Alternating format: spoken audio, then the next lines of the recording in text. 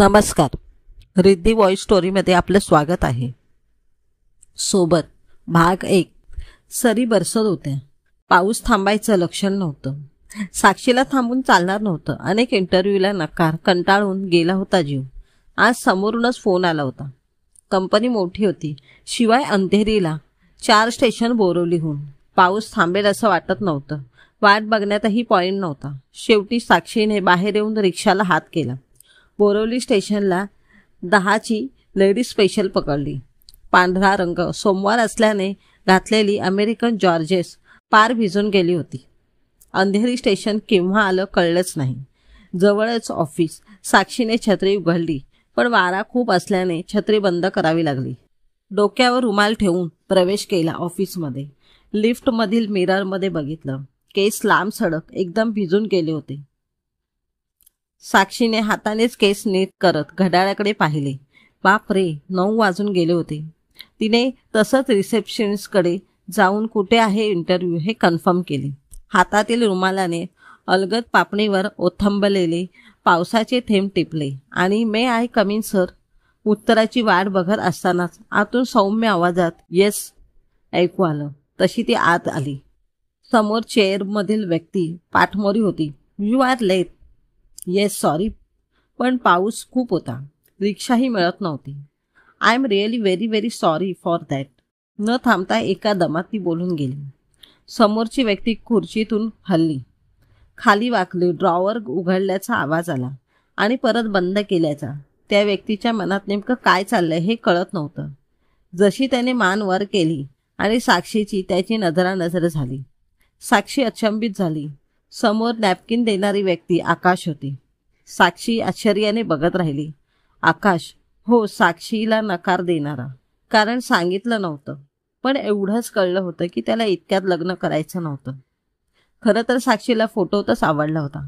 पांढरा शर्ट घातलेला फोटो, त्याच शर्टची बटणं उघडी असल्याने दिसणारी भारदस्त छाती, कपाळावरती असलेला गॉगल. डिग्री ही UKची. साक्षीने नाकारण्यासारखं काहीच नव्हतं. साक्षीने स्वप्नसुद्धा विणायला सुरुवात केली होती. बघायला येणार हे देखील कळलं होतं रविवारी. पण अचानक पप्पांना फोन आला होता. काही कारणाने मुलाने लग्न करण्यासाठी नकार दिला आहे. त्याच्या मम्मीने तर माफी मागितली होती, सर्वांचीच.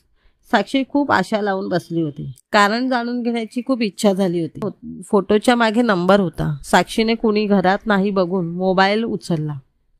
नंबर डायल केल्यावर भारदस्त आवाज आला.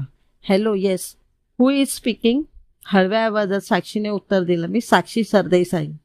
ऐकल्यावर हो, ओके ओके, बोला.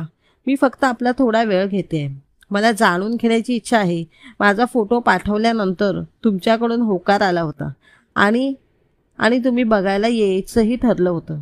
मग अचानक नकार देण्यासारखं काय घडलं? मला जाणून घ्यायचं आहे. साक्षी आपल्या मनातलं बोलून मोकळी झाली होती. थोडा वेळ शांतता पसरली आणि मग आकाशने सांगितलं, मी लग्नासाठी प्रिपेअर नव्हतो. मम्मीने आणि पप्पांनी फोर्स केला होता. त्यामुळे मी बाहेर जाऊन शिक्षण घेतल्यानंतर मला स्वतःला थोडासा स्पेस द्यायचा होता. आणि कंपनीची मोठी पोस्ट, डायरेक्टरची, त्या पोस्टला मला न्याय द्यायला हवा होता आणि म्हणून मी. साक्षीने फोन कट केला. उत्तर मिळालं होतं. अपेक्षाभंगाचं दुःख काय असतं आकाशला समजणार नव्हतं. त्या फोटोत साक्षीने आपलं मन गुंतवलं होतं. असं तिला नकार येत नव्हते, पण तिच्या रूपाला, शिक्षणाला साजेचे स्थळ नसल्याने तिचे पप्पा पुढाकार घेत नव्हते. हे सत्य होतं. आज अचानक इंटरव्ह्यूला नेमकं तोच समोर असल्यावर साक्षी बावचळून गेली. आकाशने फोटोतच पाहून असं काय ओळखलं त्याचा संभ्रमात साक्षी होती. घे, फ्रेश होऊन घे. What can I order for you? T और कॉफी? साक्षी काहीच न बोलता उठली. ओले केस वॉशरूममध्ये जाऊन पुसले. आरशासमोर बघितल्यानंतर जाणवलं टिकलीही पडली होती. तिने केस अलगद झटकले. आजचा इंटरव्ह्यूचा निकाल ही नेगेटिव्हच असणार विचार करत करत ती बाहेर आली. अनिकेत तिलाच न्याहाळत होता. कॉफी घे. प्लेटमध्ये मारी बिस्किटं होती. साक्षीने कॉफी घ्यायला सुरुवात करून मुद्द्याला हात घातला. इंटरव्ह्यू कधी घेणार? आकाशने चेहऱ्यावर नजर रोखून विचारले. घाई आहे का?